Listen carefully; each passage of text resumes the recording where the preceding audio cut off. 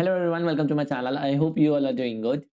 तो जैसे कि आप लोग जानते हैं, सीयूईटी यूजी 2025 के फॉर्म्स आउट हो चुके हैं। कुछ दिनों पहले वेबसाइट लॉन्च हो गई थी 2025 के लिए, और अब पोर्टल भी लाइव आ चुका है। मैंने आप लोगों से कही थी कि जो है फर्स्ट वीक ऑफ मार्च में हो जाएगा, और आपका हो भी गया। ये आपका पोर्टल आपको दिख रहा होगा, ये हमारा यहाँ पे शो हो रहा है कि यहाँ पर आप लोगों को शो हो रहा है inviting online application form for the common university entrance test CUET UG 2025 और admission to undergraduate programs in central universities participating university state और डीम्ड और प्राइवेट। ठीक है, यहाँ से आप इन्फॉर्मेशन बुलेटिन से सारी इन्फॉर्मेशन कलेक्ट कर सकते हैं। यहाँ सिलेबस लिखा हुआ है, जिस भी आप स्ट्रीम में एग्जाम देना चाहते हैं, जो भी आपकी डोमेन है मेन, उसमें आप एग्जाम दे सकते हैं और अपने आप को लॉग इन करके रजिस्टर कर सकते हैं। अब इसके बारे में हम कुछ इंपॉर्टेंट डेट्स हैं उनके बारे में बात कर लेते हैं। और अगर आपको फॉर्म फिलिंग के रिगार्डिंग कोई भी वीडियो चाहिए हो तो मुझे बता देना, मैं फॉर्म फिलिंग की भी कोई वीडियो लेके आ जाऊंगा। अब बात कर लेते हैं इसके बारे में। तो देखो, हमारा ये जो एग्जाम होगा, ये computer based test CBT mode में होगा एग्जाम। और किस तरीके से होगा वो देख लेते हैं।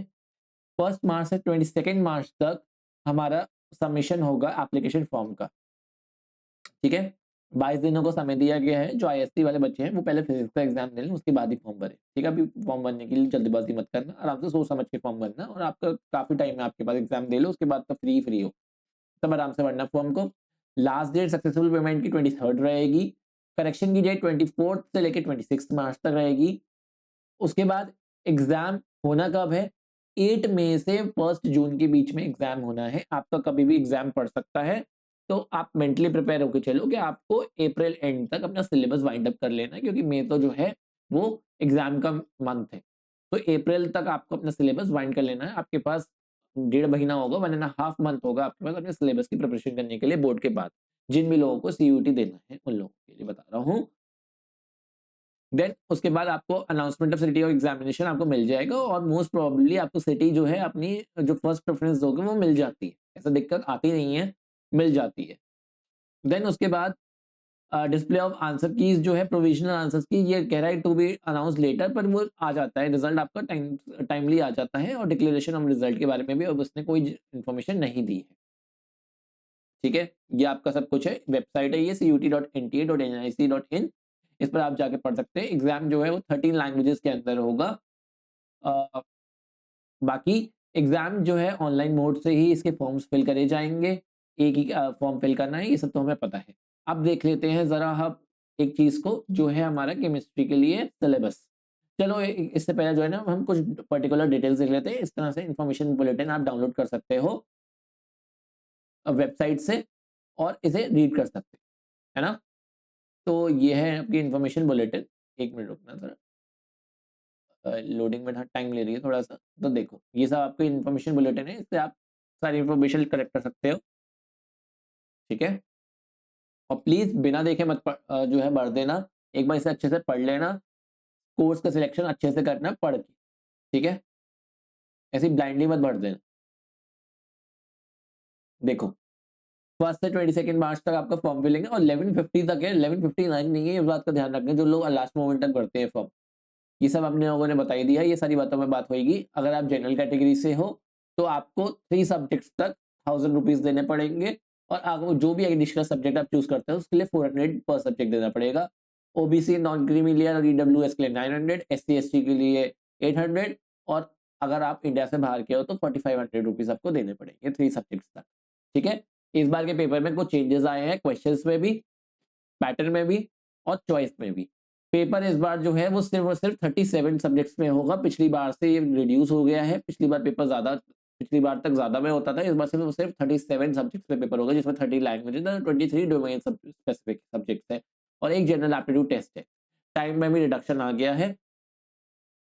लैंग्वेज सब्जेक्ट्स आपका बताई दिया। डोमेन सब्जेक्ट आपका एनसीईआरटी का सिलेबस रहेगा, वो उसके अकॉर्डिंग तो हम पढ़ाई करते ही है।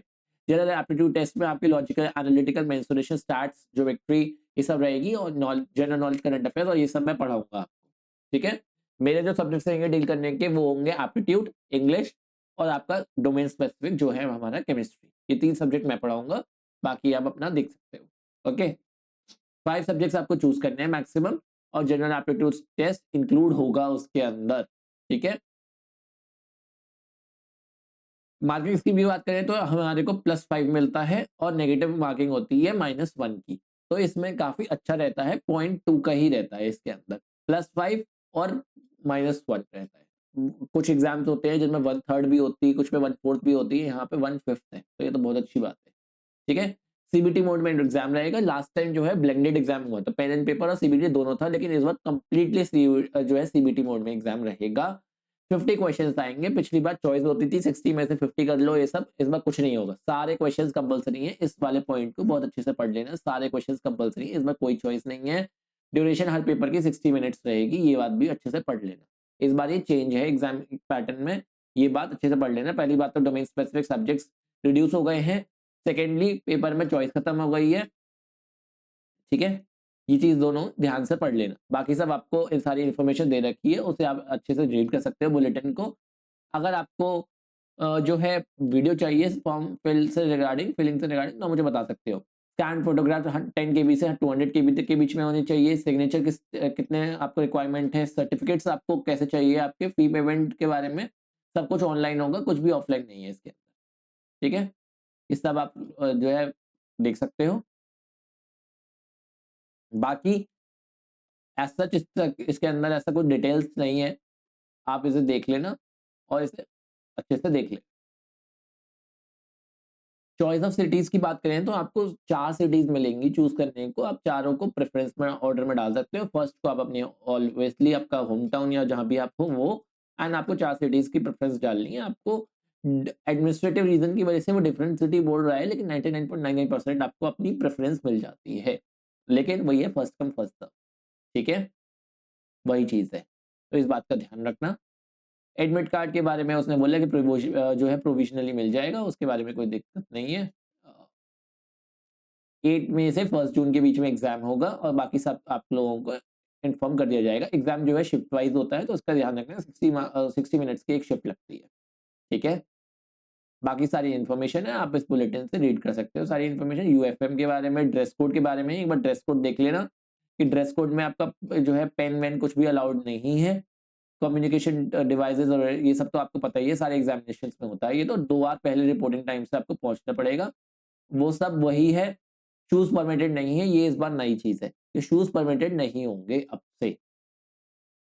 ओके, ये बात ध्यान में रखना। अच्छा, एक और चीज़ मैं बताना चाह रहा था आपको, एनटीए के कुछ पेपर्स में जो है ना, अब ये देखने को मिला है कि कंप्यूटर की स्क्रीन में दिक्कत आ रही थी। तो जो है ये चीज़ नहीं हो, ये अच्छा ही रहेगा, वरना काफ़ी दिक्कतें आ सकती हैं, क्योंकि नेट के एग्ज़ाम में दिक्कतें आई हैं लोगों को कंप्यूटर के रिगार्डिंग। शूज़ परमिटेड नहीं है, इस बात का ध्यान रखना, ठीक है?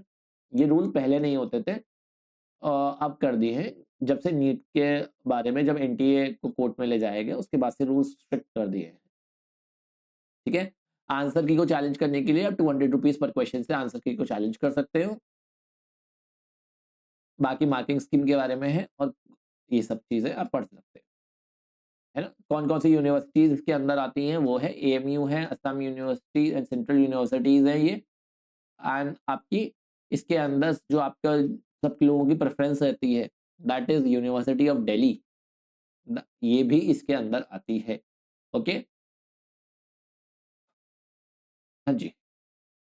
ये आपके पेपर कोड्स दे रखे हैं। प्लीज़ जब भी फॉर्म फिल करो तो पेपर कोड्स को ढंग से फिल करना। अच्छे से पेपर कोड क्रॉस चेक कर लेना। आपका जो पेपर कोड रहेगा केमिस्ट्री का, दैट इज़ 306। ओके? केमिस्ट्री का जो रहेगा वो 306 है। जो भी आपका हो, पीसीएम, पीसीबी, इंग्लिश, आप उसके अकॉर्डिंग फिल कर सकते हो, है ना? ये सब सेंटर्स की लिस्ट दे रखी है, कौन-कौन से सेंटर्स हैं। आप चेक कर लो कि आपकी होम टाउन जहाँ भी आप हो उस समय, वो सेंटर यहाँ पर होगा या नहीं। इस हिसाब से चेक कर लेना, क्योंकि पेपर होने जा रहा है मई में। तो मई के मंथ में आप कहाँ होगे, उसके अकॉर्डिंग सेंटर्स को फिल करना, ठीक है? ये सारे आपके सेंटर्स हैं और ऐसा देखा गया है कि लोगों को अपना सेंटर मिल ही जाता है। ये सारे सेंटर्स हैं आपके, आप इन्हें चेक कर लो और आपको अपना सेंटर मिल ही जाएगा ज़्यादातर, ठीक है?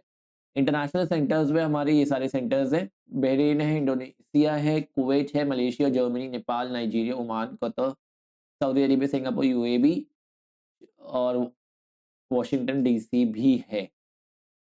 समझ रहे हो? तो पेपर इंटरनेशनल लेवल पर चला गया है। इतना तो नीट में भी नहीं देखे मैंने सेंटर्स।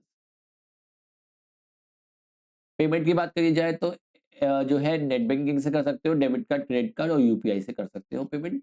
आजकल तो सब लोग यूपीआई से कर ही रहे हैं। ठीक है, ये सब है आपका, बाकी सब चीज़ों को पढ़ लेना। अब हम बात कर लेते हैं ज़रा सिलेबस के बारे में, वो भी केमिस्ट्री के बारे में। देखो एप्टीट्यूड में जनरल वही रहता है, करंट अफेयर्स रहती है, स्टैटिक जीके रहती है, देन उसके बाद रीजनिंग होती है, लॉजिकल, और आपका मैथ्स के क्वेश्चंस होते हैं, क्वांट होती है, एंड बस यही चीज़ें होती है जो जनरल हर पेपर में आती है, वही है। अगर बात करें इंग्लिश की तो वही ईडीएम्स, सिनोनिम्स, एंटोनिम्स और बेसिक ग्रामर जो होती है, पैसेज वगैरह वो सब रहते हैं, है ना? ये सब आप देख सकते हो। लेकिन अगर हम अपने डोमेन स्पेसिफिक की बात करें और स्पेशली केमिस्ट्री की बात करें तो केमिस्ट्री में एग्जैक्टली वही सिलेबस है जो आपने बोर्ड के लिए पढ़ा है, एग्जैक्टली वही है। सॉल्यूशंस में Raoult's law, solubility, Henry's law, RV, LP, elevation in boiling point, freezing point, osmotic pressure, colligative properties, abnormal molecular mass, van't Hoff factor, वही सब कुछ, वही सब कुछ। और मैं पढ़ाने वाला हूँ ये सब। शुरू करने वाले हैं हम जो है सीयूटी के लिए सीरीज। इलेक्ट्रोकेमिस्ट्री में वही redox, EMF, standard electropotential, Nernst equation, Gibbs free energy, EMF, Kohlrausch law, dry cell, galvanic cell, fuel cells, corrosion, kinetics में एवरेज इंस्टेंटेनियस रेट और zero of first order reaction उसने ले लो और आसान कर दिया, half life zero of first order के लिए बोल दी, collision theory, activation energy, Arrhenius, d and f block के बारे में वही सब कुछ है। केमन CR207 कोऑर्डिनेशन में Werner's theory, VBT, CFT, extraction of metals, haloalkanes, alcohol, phenols, सब वही है, एग्जैक्टली सेम सिलेबस है जो हम ऑलरेडी कवर कर चुके हैं बोर्ड के लिए। आपको वही सिलेबस करके जाना है, उसमें कोई भी और कुछ नहीं है। ठीक है, आई होप इतनी बात आपको क्लियर हो गई होगी। अगर कोई भी क्वेरी हो तो आप मुझसे पूछ सकते हैं, और हम लोग बोर्ड्स के खत्म होने के बाद मोस्ट प्रोबेबली आफ्टर होली अपना स्टार्ट कर देंगे सीयूटी की तैयारी, क्योंकि समय है कम, काम है ज़्यादा। हम लोग उसमें जनरल एप्टीट्यूड भी करेंगे, इंग्लिश भी करेंगे और अपना केमिस्ट्री भी करेंगे। बाकी चीज़ों में आपको जो भी गाइडेंस चाहिए वो मैं प्रोवाइड कर दूंगा। वीडियो पसंद आई हो तो लाइक करना, शेयर करना दोस्तों के साथ, और चैनल पर नए हो तो चैनल को सब्सक्राइब कर लेना, बेल आइकन को हिट कर देना ताकि आपके पास 30 मिनट्स पहले नोटिफिकेशन आ जाए करे और आपका कोई भी लेक्चर मिस ना हो। और अगर आप मेरे साथ तैयारी करना चाहते हैं तो प्लीज़ जुड़ जाइए। कोई सब कुछ यही होगा इस चैनल पे, कोई फीस नहीं है, कुछ भी नहीं है, सिर्फ आपको आना है, पढ़ना है और अपना काम करना है। कुछ भी नहीं है, सब्सक्राइब कर लेना चैनल को और बने रहना मेरे साथ। Thank you very much, goodbye, take care.